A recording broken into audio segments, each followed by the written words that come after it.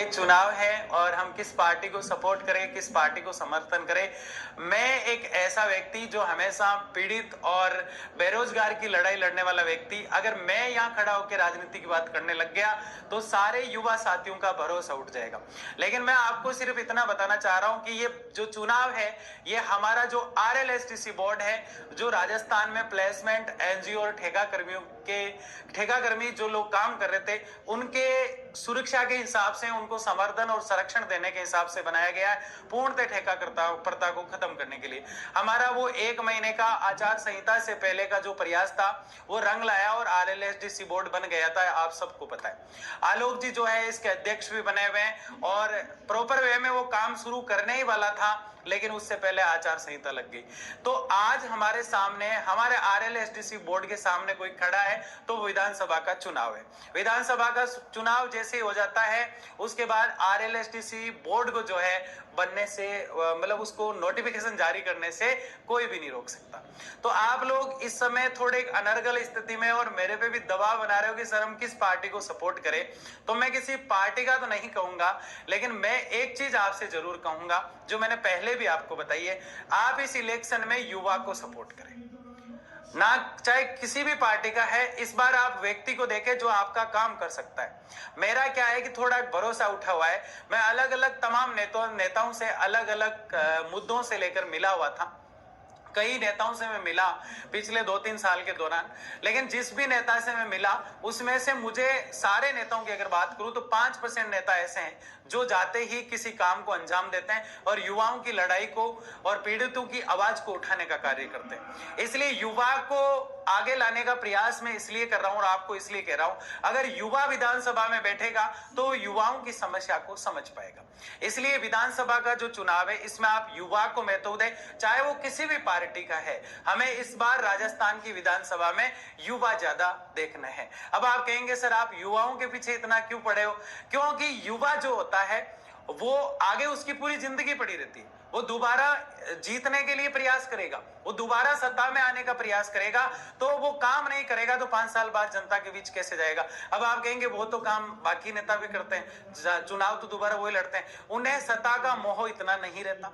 वो आगे चुनाव लड़ेंगे, लेकिन 1-2-3 बार MLA वो रह के चले गए, विधानसभा में रह लिए, तो उनको इतना मोह नहीं होता। वो और तरीके से अलग अलग क्षेत्रों में, अलग अलग फील्डों में अपना बिजनेस भी सेटअप कर चुके होते हैं। तो आप इस बात को भली भांति समझ रहे हैं। राजस्थान में इस बार ढेर सारी पार्टियां चुनाव लड़ रही है, आप देख रहे हैं। अलग अलग राष्ट्रीय लोकतांत्रिक पार्टी भी जो है अपना दमखम दिखा रही है, कांग्रेस भी दिखा रही है, बीजेपी भी दिखा रही है, आप आम आदमी जो पार्टी जो आपके नाम से, शिवसेना के कैंडिडेट भी राजेंद्र गुड्डा जैसे लोग खड़े हो रखे, तो बहुत से नेता खड़े हो रखे हैं इस बार। लेकिन हमें टारगेट किसको करना है? क्या इस इलेक्शन से हमारे RLSTC बोर्ड पे फर्क पड़ेगा? मैं आपको सीधा सीधा बताना चाहता हूं, चाहे कोई भी सरकार है, RLSTC बोर्ड जो है वो बन चुका है, उसके नोटिफिकेशन से नहीं रोक सकती। हम सब पीड़ित वर्ग कह सकते हैं अपने आप को, ठेकाकर्मी कह सकते हैं अपने आप को, हमें सड़कों पर फिर से लड़ना पड़ेगा, क्योंकि लोकतंत्र में मैं हमेशा कहता हूं कि सिर गिने जाते हैं। जब तक हम पुनः उसी प्रकार से नहीं लड़ेंगे जैसे हमने पहले भूख हड़तालें की है, जगह जगह हम दर बदर भटके हैं, इसी प्रकार से हमें संघर्ष तो करना पड़ेगा। इसलिए मैं हमेशा यूनिटी को महत्व देता हूं। मैंने कहा हमें जो काम करना है वो डिसिप्लिन और यूनिटी के साथ करना है, एकता और अनुशासन के साथ करना है। तो इस संघर्ष की, इस लड़ाई को इस चैनल के माध्यम से मैंने मजबूत बनाया और आप लोगों ने इतना प्यार दिया और हमेशा आप शेयर करते हैं बिना के। लेकिन मैं ये कहना चाहता हूं कि युवा को महत्व देते हुए हमें थोड़ा सा सब्र रखना है। 3 तारीख के बाद जो है वो सिलसिला RLSTC बोर्ड का पुनः शुरू करवाऊंगा, मैं, चिंता ना करें। चाहे मुझे सचिवालय के पहले की तरह चक्कर काटना पड़े, चाहे अलग अलग मंत्रियों से मुझे मिलना पड़े, चाहे किसी के सामने भी मुझे झुकना पड़े, ये मोनू चौधरी पहले भी लड़ा था और अब भी लड़ेगा।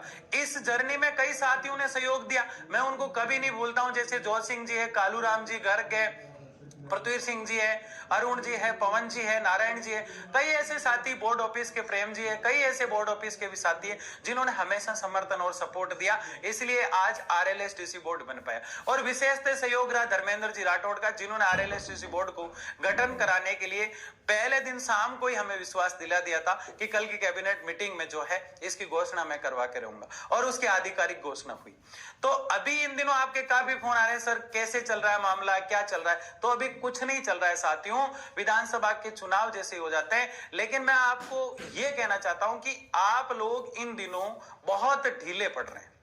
आजकल मैं कोई भी वीडियो जारी करता हूं, जैसे कि मेरा एक प्लान था कि इलेक्शन से पहले जितनी भी पार्टियां हैं उनके घोषणा पत्र में या फिर उनकी स्पीच में या उनके दायरे में या उनकी नजर में हम इस बात को लाए कि RLSDC बोर्ड बना हुआ है, उसको नोटिफिकेशन जारी नहीं हुआ, तो जो भी पार्टी सत्ता में आए वो उसको सुचारू रूप से नोटिफिकेशन जारी करे। तो इसके लिए मैं एक प्रेस कॉन्फ्रेंस करना भी चाह रहा था, लेकिन वो प्रेस कॉन्फ्रेंस का मैंने जो वीडियो डाला, हमेशा छोटे छोटे वीडियो पर भी 10, 12, 15 हजार व्यूज आते हैं, लोग देखते हैं, लेकिन उस वीडियो को बहुत कम लोगों ने देखा। 60, 70, 80, 100 लोगों को से तो मैं प्रेस कॉन्फ्रेंस कर नहीं सकता। मैं चाहता था कि प्रत्येक जिले से 5-7 लोगों को मैं लूं और फिर इस तरह से इस RLSDC बोर्ड को है वो चुनाव की नजर में लाए। तो RLSDC बोर्ड हमारा टारगेट जो है वो RLSDC बोर्ड है। इस RLSDC बोर्ड जो है इसको सही रूप से, किसको? RLSDC, ये नाम ऐसा है जिसके लिए हमने बहुत संघर्ष किया है, और जब जाके राजस्थान के संपूर्ण ठेका कर्मियों को ये एक नाम मिला है, और इस नाम को सुचारू रूप से सही तरीके से लागू कराने में हमारे सामने जो आ रहा है वो है विधानसभा का इलेक्शन, विधानसभा चुनाव में इसको कहूंगा। ये विधानसभा के चुनाव जिस दिन हो जाएंगे तो ऑलमोस्ट हम जानते हैं कि लगभग 3 तारीख के आसपास सब कुछ व्यवस्थित तरीके से चलने लग जाएगा। तो 3 तारीख के आसपास, 3 तारीख के बाद हम पुनः उसी प्रकार से संघर्ष करना शुरू कर देंगे जैसे हमने पहले संघर्ष किया है।